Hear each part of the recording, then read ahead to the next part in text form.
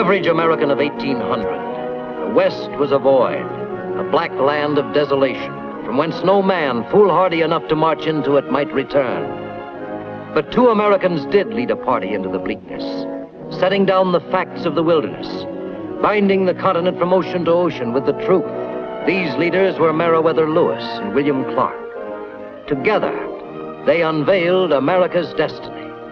William Clark was born in 1770 in Albemarle County, Virginia. Following in the footsteps of his older brother, George Rogers Clark, conqueror of the Revolutionary Northwest, William Clark became a lieutenant in the Army of the United States. Meriwether Lewis was born in 1774 at Locust Hill, the family plantation, which was not far from the home of Thomas Jefferson. As a youngster, Lewis loved to ramble about in the wilderness. Both Lewis and Clark served under General Anthony Wayne, who trained his troops to a fine point for wilderness fighting. In 1800, Thomas Jefferson, then President of the United States, appointed Captain Lewis to be his personal secretary. Full salutation, Lewis. You know, you've been most melancholy these past few days, my boy. I didn't realize that. Oh, you didn't realize that I hadn't forgotten that little plan of ours. Tell me, Lewis, do you think it's really possible that there are prehistoric mammoths out there? Out where, Mr. President? Why, out west, of course. Beyond the Mississippi, in the Emperor Napoleon's territory. I've heard that a huge mountain of pure salt lies out in that wilderness. You may be the first white man to ever see that wonder. Mr. President, you mean the expedition? Yes, Lewis. Finally, the expedition to the West.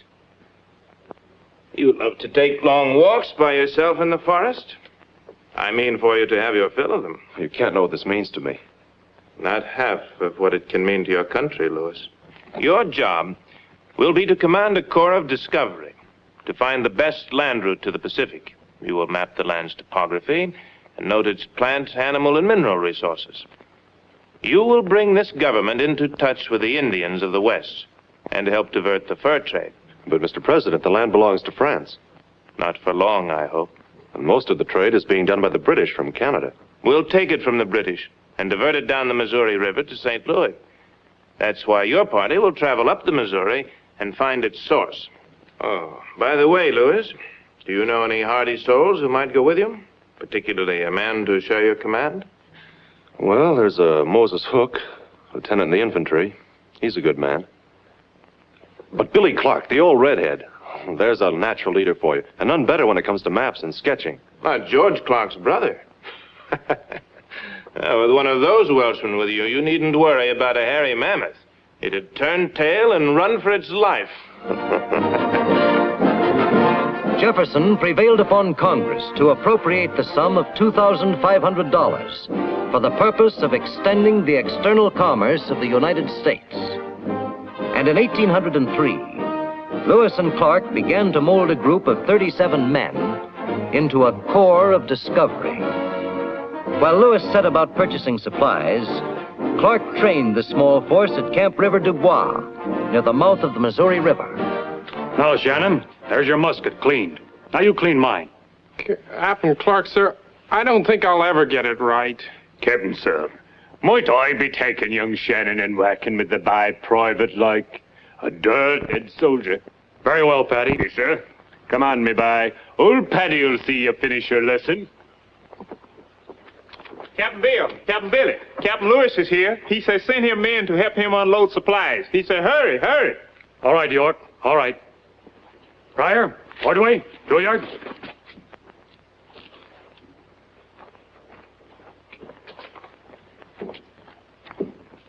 Captain Billy, Captain Sir, that fool Captain Lewis done brought all manner of fool thing with him from St. Louis. Mern, how are you? Sure good to see you back. Did you see them transfer the territory at St. Louis? Oh, that I did. First from Spain to France, then from France to the United States. All in a matter of 2 days.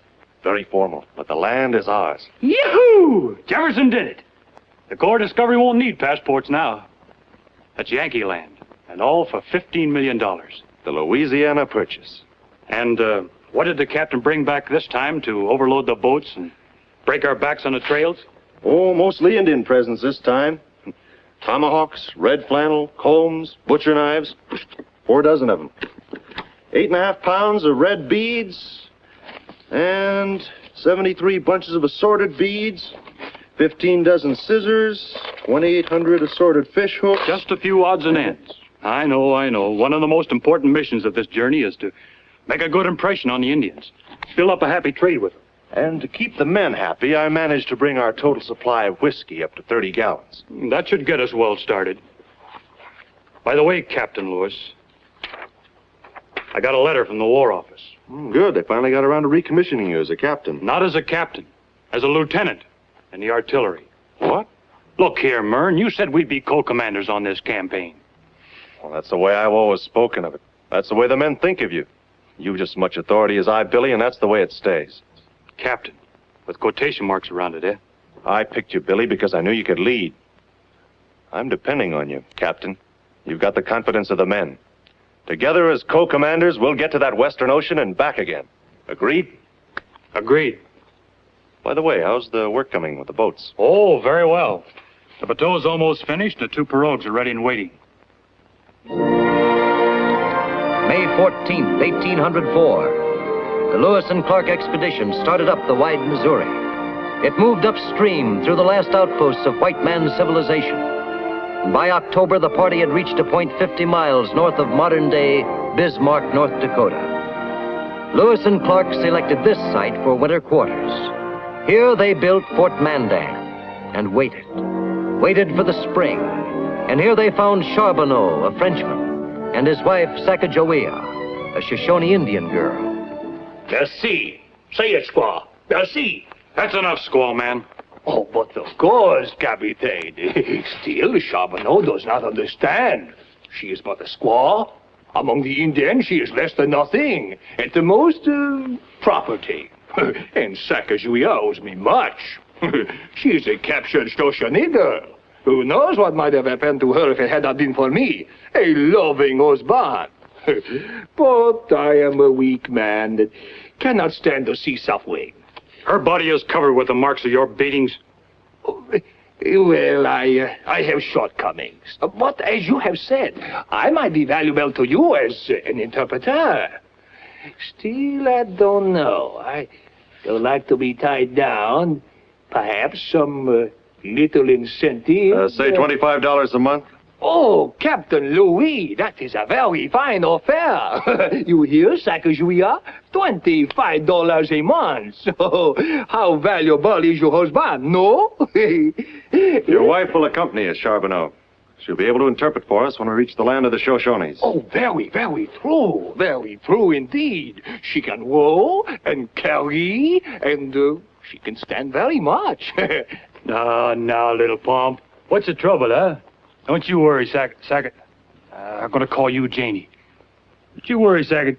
Don't you worry. We're going to fix up Pomp in no time. Yes, we better take good care of him while we can. Next winter, instead of bringing people into the world, we may be ushering them out. Spring 1805. The Corps of Discovery started again up the Missouri. Next stop, the Pacific Ocean. Every foot of the way was set down by William Clark. Every object of interest, everything that went to make up this vast new land was noted carefully by Meriwether Lewis. And every stroke of the oar seemed to enrage the Missouri. They would not be denied. They made the boats move, always upstream, always ahead. When they needed smaller craft, they hollowed canoes out of the forests. Every new mark on the map was etched in hardship, anxiety, courage. They put names on the land and waters, past Maria's River, onto the Great Falls, and then to the dilemma of the Three Forks. They called them the Gallatin, Madison, and Jefferson Rivers, and went up the Jefferson Fork, coming in sight of the great mountains that divide a continent. the Rockies. Here they met the first Indians since leaving the Mandans in spring. They were hopeful of aid. I told you Jenny there would come in handy when we found the Shoshones. I'm amazed Sacagawea can still talk to her people. She certainly wasn't any help when it came to finding their villages. How's your rheumatism, Billy? Well, it'll be fine if Jenny can talk Kamiawait into giving us some horses and some help getting over those mountains. What's she talking about, Charbonneau? Well, Charbonneau does not understand Shoshone talk. But I told her to tell the chieftain about the great white father to the east, the blessings of the white man's trade, the usual... I'm beginning to feel like a drummer selling his wares. Every time we sit down with the Indians, it's the same sales talk over again. Gilliard's outside giving the braves gifts. He should have a big effect with this tribe. They've never seen a white man before or a firearm of any sort. And the Shoshones are a hungry bunch, and no match for the Blackfeet. They don't even get their fair share of buffalo. If they could trade with the states, they'd have a chance to prosper and... Charbonneau, what's the matter? No. Sacre de nom, it is not possible. What are you talking about? Gentlemen, I am the Usbanto royalty. Sacagawea, you will not believe this. Long ago, she was kidnapped, as you know. But she did not know or remember her position. She is the sister to the chieftain, Kamiawait. Why, then Janie can get us what we want. Oh, oui. No. Although Kamiawait will probably do as she asks. She has no real standing. But she's his sister. Certainement. But Sacagawea is still only a squaw. With the help of Sacagawea's tribe, the party obtained horses and guidance. Up and over the Rocky Mountains. They found the beginnings of the river that could carry them downstream, down to the Pacific. The men were heartened. The rest of the journey would be downhill.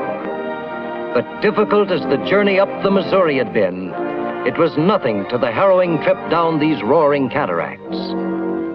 Through the country of the Nez Perce, down Snake River into the Columbia, down Homley Rapids, past Mount Adams and the Cascades, and out to the ocean. Yes, there came the day when William Clark wrote in his journal, "Ocean in view."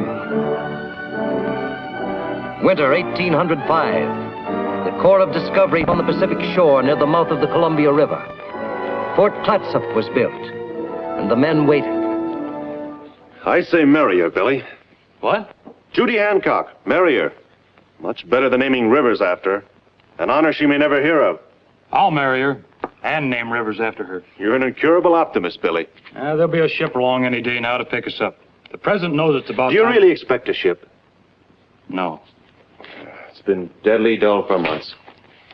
Not enough happening. No tobacco, no meat. Fort Clatsop. Clatsop. Have you ever heard a name with fewer possibilities than Clatsop? Don't worry. You won't be here much longer. I've started planning a trip back home. On foot. But we haven't any horses.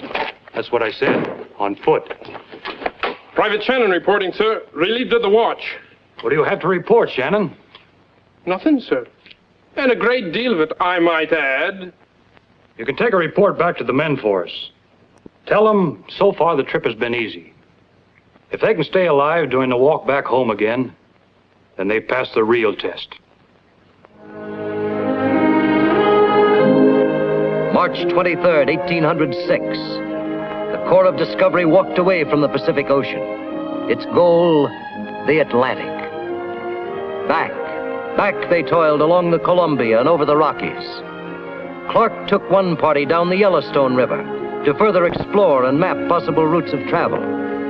Lewis took another party on toward the Missouri. At the juncture of the Yellowstone and Missouri, the parties met and continued to Fort Mandan. Only 1,600 miles to St. Louis. But back at Locust Hill, Meriwether Lewis' mother received a caller, an old neighbor and good friend.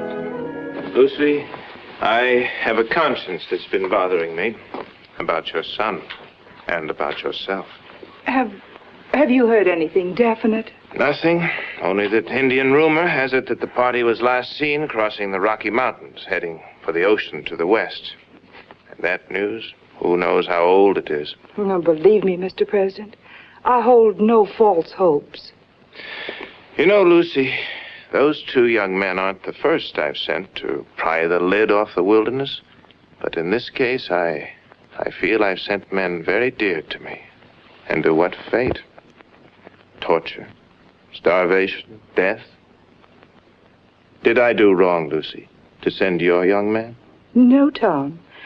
You gave Meriwether and William a chance for greatness. A chance to make their country great.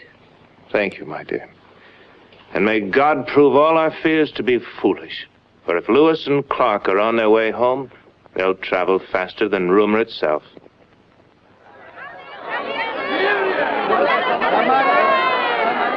Listen to them, Mern. They sound happier than we do. St. Louis, Billy. They've got a right to be happy. It's all over. No more rotted elkskin clothing. No more choked cherry root medicine. No more Corps of Discovery.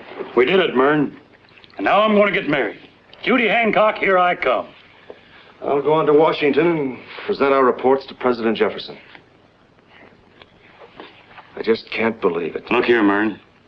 It's all over but the shouting. What we did only needs doing once. Thank heaven. It is together that we remember Lewis and Clark, for together they unveiled America's destiny and strengthened the claim of the United States to the Pacific Northwest. Neither could have done it alone.